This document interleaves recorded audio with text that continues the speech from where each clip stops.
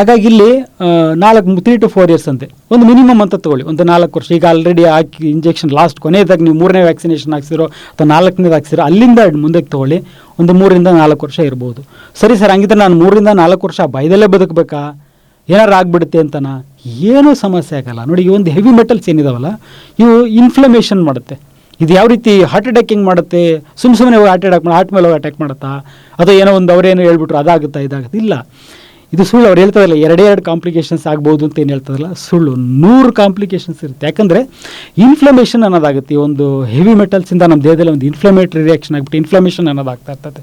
So ಒಂದು inflammation ಅನ್ನೋದು ನಮ್ಮ ದೇಹದಲ್ಲಿ ಇರ್ತಕ್ಕಂಥ ಒಂದು ಪ್ರತಿ ಸೆಲ್ಲನ್ನು, ಪ್ರತಿ ಆರ್ಗನನ್ನು, ಈಗ ಅವ್ರು ಹೇಳಿದರೆ ಹಾರ್ಟ್ ಅಷ್ಟೇ ಅಲ್ಲ, ಬ್ರೈನು, ಲಿವರು, ಕಿಡ್ನಿ, ನಿಮ್ಮಲ್ಲಿ ಎಷ್ಟು ಆರ್ಗನ್ಸ್ ಇದ್ದಾವೋ, ಎಷ್ಟು ರೀತಿ ಸೆಲ್ಸ್ ಇದ್ದಾವೋ ಅಷ್ಟಕ್ಕೂ ಕೂಡ ಒಂದು ಎಫೆಕ್ಟ್ ಮಾಡ್ತಕ್ಕಂಥ ಅವಕಾಶ ಇರುತ್ತೆ ಒಂದು ಇನ್ಫ್ಲಮೇಷನಿಗೆ.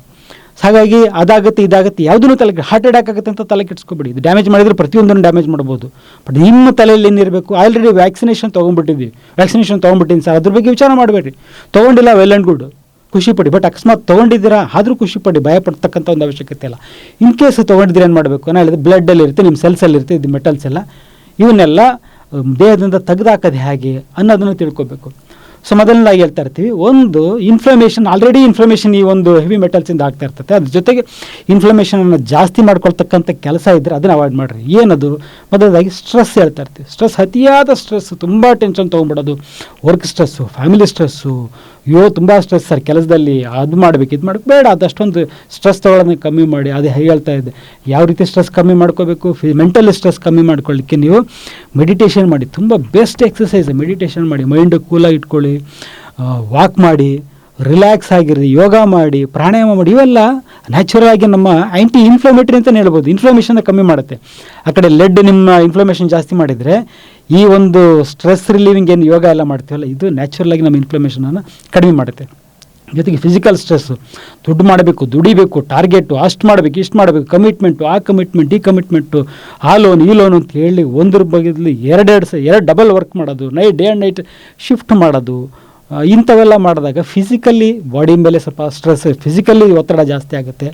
ಈ ರೀತಿ ಆದಾಗಲೂ ಕೂಡ ಇನ್ಫ್ಲಮೇಷನ್ ಜಾಸ್ತಿ ಆಗ್ತಕ್ಕಂಥ ಸಾಧ್ಯತೆ ಇರುತ್ತೆ. ಹಾಗಾಗಿ physical as well as mental stress control ಮಾಡ್ಕೊಳ್ಳಿ. 50% ಈ ಒಂದು ರಿಸ್ಕ್ ಏನಿದೆಯಲ್ಲ, ಇದರಿಂದ ಅಷ್ಟೇ ಅಲ್ಲ, ಇದರಿಂದ ವ್ಯಾಕ್ಸಿನೇಷನಿಂದ ಆಗ್ತಕ್ಕಂಥ ಸಂಪೂರ್ಣ ಒಂದು ಕಾಂಪ್ಲಿಕೇಶನ್ಸ್ ಕೂಡ 50% ರೆಡ್ಯೂಸ್ ಮಾಡ್ಬೋದು, ಒಂದು ಸ್ಟ್ರೆಸ್ ಕಡಿಮೆ ಮಾಡಿಕೊಂಡು. ಎರಡನೇದಾಗಿ ಇನ್ನು 50% ಏನು ಮಾಡ್ಬೇಕು ಸರ್ ಅನ್ನೋದಾದರೆ ಲೈಫ್ ಸ್ಟೈಲ್ ಮಾಡಿಫಿಕೇಷನ್ ಇತ್ತು. ಏನು?